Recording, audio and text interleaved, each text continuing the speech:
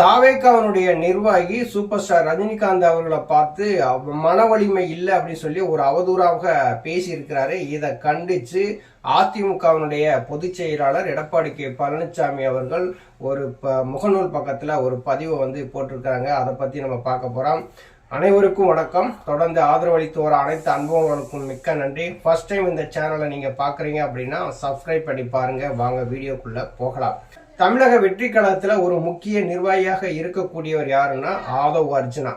சமீபத்தில் நடந்த ஒரு போராட்டத்தில் அவர் பேசுறாரு, ரஜினிகாந்துக்கு மன வலிமையே கிடையாது, கட்சி ஆரம்பிக்கிறேன்னு சொல்லிவிட்டு கடைசியில் அவர் கட்சி ஆரம்பிக்காமலேயே போயிட்டாரு. திமுகவுடைய நெருக்கடியினாலதான் அவர் கட்சி ஆரம்பிக்கல, அவருக்கு மன வலிமை கிடையாது, எங்க தலைவருக்கு மன வலிமை இருக்கு, நாங்க கட்சி ஆரம்பிச்சு திமுகவை எதிர்க்கிறோம் அப்படின்னு சொல்லி அந்த போராட்டத்துல பேசியிருக்கிறாரு. இப்படி ஆதவ் அர்ஜுனா பேசின உடனே ரஜினி ரசிகர்கள் மிகப்பெரிய ஒரு கோபத்துல இருக்கிறாங்க. ரஜினிகாந்த் அவர்கள் எதனால கட்சி ஆரம்பிக்கல அப்படிங்கிறத ஒரு அறிக்கையாவே வெளியிட்டு இருந்தாங்க. ரஜினிகாந்த்ங்கிறவர் ஒரு சாதாரண மனுஷன் கிடையாது. அவர் கண்டக்டராக இருந்து இன்னைக்கு திரைத்துறையில நடந்து இன்னும் வரைக்கும் ஒரு சூப்பர் ஸ்டாரா இருக்கிறாரு. இன்னைக்கு முதற்கொண்டு அவர் படம் ரிலீஸ் ஆச்சு அப்படின்னா சூப்பர் ஹிட், மெகா ஹிட் ஆகுது. அப்படி சூப்பர் ஸ்டாருங்கிற ஒரு இடத்துல விஜய் போட்டி போட்டு நம்மளும் வந்தெல்லாம் சொல்லி நினைச்சாரு. அது முடியல. இன்னைக்கு ரஜினிகாந்த் அவர்களை ரஜினி ரசிகர்கள் ஒரு தெய்வமா பாக்குறாங்க. அப்படிப்பட்ட ஒரு தலைவரை பார்த்து மன வலிமை இல்லை அப்படின்னு சொல்லி ஒரு பொது மேடையில ஒரு அவதூறாக நீங்க பேசுறீங்க அப்படின்னா இன்னைக்கு தாவேக்காவுடைய நிலைமை எப்படி இருக்குன்னு பாருங்க. தாவேக்காவுக்கு எதுவுமே தேவையில்லைங்க. கையில ஒரு ஸ்பீக்கரும் ஒரு ஒரு பென்ட்ரைவ் இருந்தா போறோம், குத்திட்டு அவங்க வாட்டில பிரச்சாரம் பண்ண போயிருவாங்க, டான்ஸ் ஆடிட்டு போயிருவாங்க. உங்கள் விஜய் நான் வரேன், உங்கள் விஜய் நான் வரேன்னு சொல்லிட்டு அவங்க போயிருவாங்க. இவங்களுக்கு அரசியலை பத்தி ஒரு புரிதல் இல்லாத ஒரு கூட்டம் தான் தமிழக வெற்றி கழகம். தமிழக வெற்றி கழகம் அப்படிங்கிற ஒரு கட்சி தமிழகத்துக்கு மிகப்பெரிய ஆபத்துன்னு தான் சொல்லலாம். ஏன் அப்படின்னா அவங்க நடத்தக்கூடிய ஒவ்வொரு கூட்டங்களையுமே நீங்க பாத்தீங்கன்னா ஒழுக்கமில்லாத ஒரு கூட்டம் தான் நடக்குது. ஒரு ஒரு திறந்து விட்டா எப்படி ஓடும் அது மாதிரிதான் ஓடி போறாங்க. எந்த இடத்துலயும் அவங்க ரசிகர்கள்ட்டயோ ஒரு தொண்டர்கள்ட்டயோ ஒரு நிர்வாகிகள்ட்டயோ உங்களுடைய கொள்கை என்னன்னு கேட்டா ஒன்னும் தெரியாது.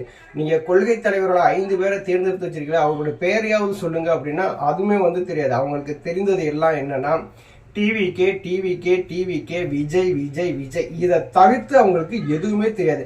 அப்படிப்பட்ட கட்சியில ஒரு நிர்வாகியா இருக்கக்கூடிய ஆதவ் அர்ஜுனாவுக்கு மட்டும் என்ன தெரியும்? ஆதவ் அர்ஜுனாவுமே பல கட்சிகள் இருந்து வந்தவர் தான்.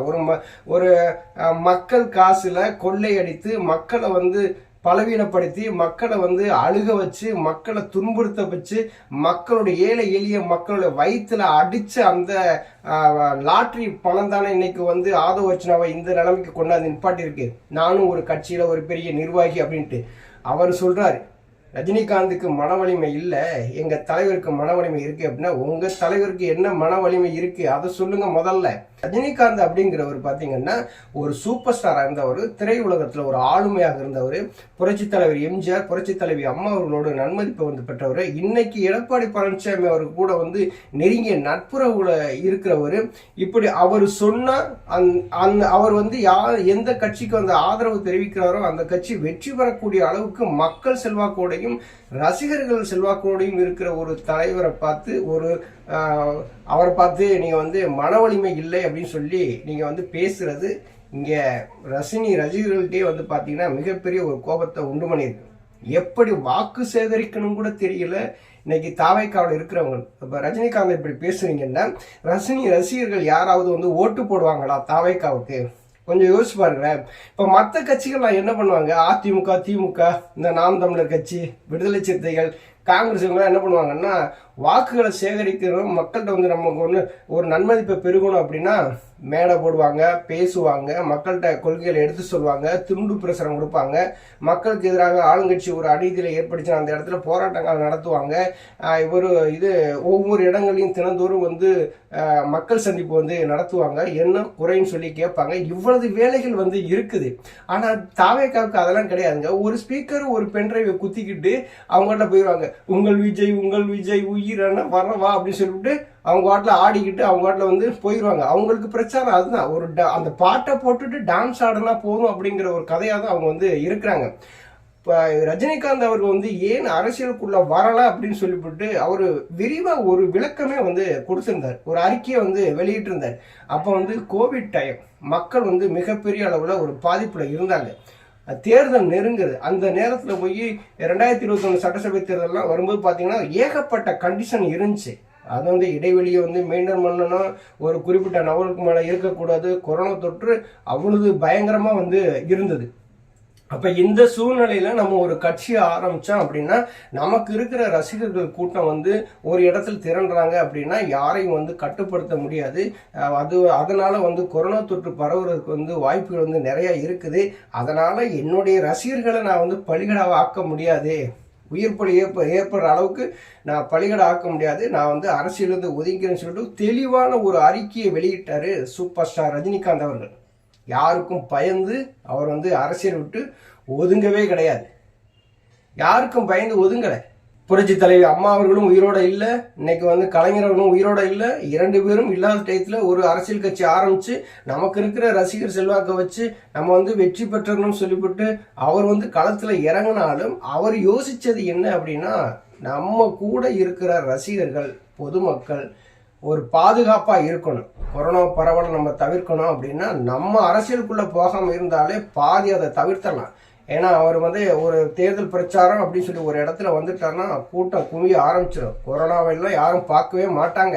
ரஜினிகாந்த் வந்துட்டாரு அப்படின்னா ரஜினியை கடவுளாக நினைக்கக்கூடிய ரசிகர்களாக இருக்கட்டும், ரஜினியை பார்க்கணும்னு சொல்லி நினைக்கக்கூடிய பொதுமக்களாக இருக்கட்டும், எல்லாரும் ஒரு இடத்துல கூடும்போது கொரோனா தொற்று வந்து அதிகமாக வந்து பரவறதுக்கு வாய்ப்பு இருக்கும். இந்த நிலை நம்மளால் ஏற்படக்கூடாதுன்னு சொல்லிவிட்டு ரஜினிகாந்த் அவர்கள் வந்து அரசியல் இருந்து விலகுனாங்க. இதுதான் முழுக்க முழுக்க காரணம். அவர் மன வலிமை இல்லாம ஒதுங்கலை.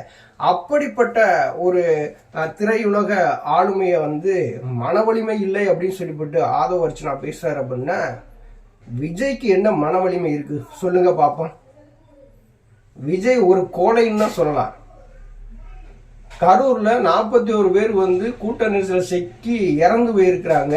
அவங்க கூட ஹாஸ்பிட்டல போய் பார்க்க கூட போக தைரியம் இல்லாத ஒரு கோழைன்னு கூட சொல்லலாம் விஜய்கிட்ட என்னங்க தைரியம் இருக்கு, என்ன மனவலிமை இருக்கு? இருக்கிற ரசிகர்களை வச்சுக்கிட்டு நம்ம வந்து முதலமைச்சர் ஆகிடலாம் அப்படின்னு சொல்லி ஒரு கனவுல சுத்துறதெல்லாம் இது மக்கள் மத்தியில அது வந்து பழிக்குமாது.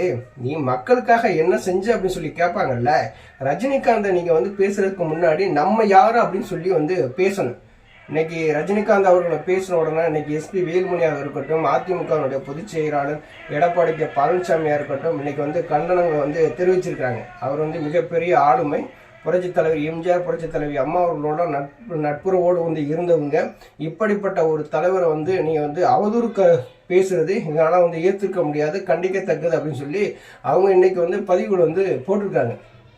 ஒன்னே ஒன்று நல்லா தெரியுதுங்க, விஜய்க்கு ஒரு பிரமாண்டத்தை உருவாக்குறது மீடியா தான், வேற எதுவுமே கிடையாது.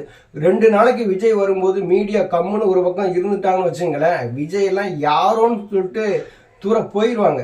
இன்னைக்கு விஜய் வந்து கேட்டு வாசலையே அப்படியே ஜூம் பண்ணி பார்த்துக்கிட்டே இருக்குங்க. இன்னைக்கு மீடியா அது எப்போ திறக்கும்னா திறந்துட்டார்கள் அப்படின்னு சொல்லிட்டு ஒரு பிரேக்கிங் நியூஸ், வெளியில வந்துட்டாரு பிரேக்கிங் நியூஸ், நகர்ந்து போறாரு பிரேக்கிங் நியூஸ், எல்லாம் வந்து விஜயை வந்து அப்படியே காமிச்சு இன்னைக்கு விஜய் வந்து ஒரு பிரம்மாண்டமா கொண்டாந்து மக்கள் மத்தியில் நிப்பாட்டினது மீடியா தான், மற்றபடி வேற யாருமே வந்து கிடையாது. நீங்க ரஜினியை தொட்டுட்டீங்க. இன்னைக்கு விஜய்க்கு மிகப்பெரிய ஒரு அடி அதுதான். விஜய்க்கும் ரஜினிக்கும் ஏன் பிடிக்கல அப்படின்னா, சூப்பர் ஸ்டார் அடுத்து நான் தான் சொல்லிவிட்டு மார்த்தட்டிட்டு வந்த ஒரு விஜய். ஆனா நிரந்தர சூப்பர் ஸ்டார் யாருன்னா ரஜினி தான்.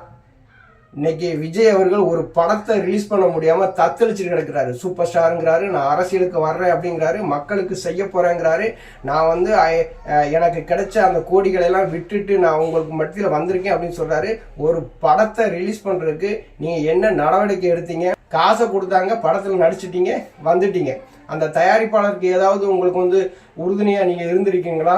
அதுவும் கிடையாது. அப்ப எந்த வகையிலுமே வந்து விஜய் அரசியலுக்கு சரியில்லாதவர் அப்படிங்கறது தொடர்ந்து வந்து பார்க்க முடியுது. 2வது, விஜயை அழிக்கிறது வேற எங்க இருந்து வர தேவையில்லைங்க. விஜயை வந்து அழிக்கிறதுக்கு வேற யாரும் வரவும் தேவையில்லை. அவங்க ஆட்களே வந்து போதுமானது. அந்த ஆதவ அர்ச்சனா மாதிரி, புஷி ஆனந்த் மாதிரி அவங்கள்ட்ட இருக்கக்கூடிய அந்த ரசிகர்கள்லாம் இருக்காங்க பார்த்தீங்களா, அவங்களே விஜயை வந்து ஒரு ஓரமாக கொண்டு போய் விட்டுருவாங்க. ஏன்னா நடக்காத ஒன்றை நடந்ததா சித்தரிச்சு பேசி எப்படியாவது வந்து வாக்குகளை வாங்கணும்னு சொல்லி தாவேக்கா நினைக்கிது. தாவேக்காவுக்கு இந்த வட்டம் மிகப்பெரிய அடி விழுக்கும். நன்றி, வணக்கம்.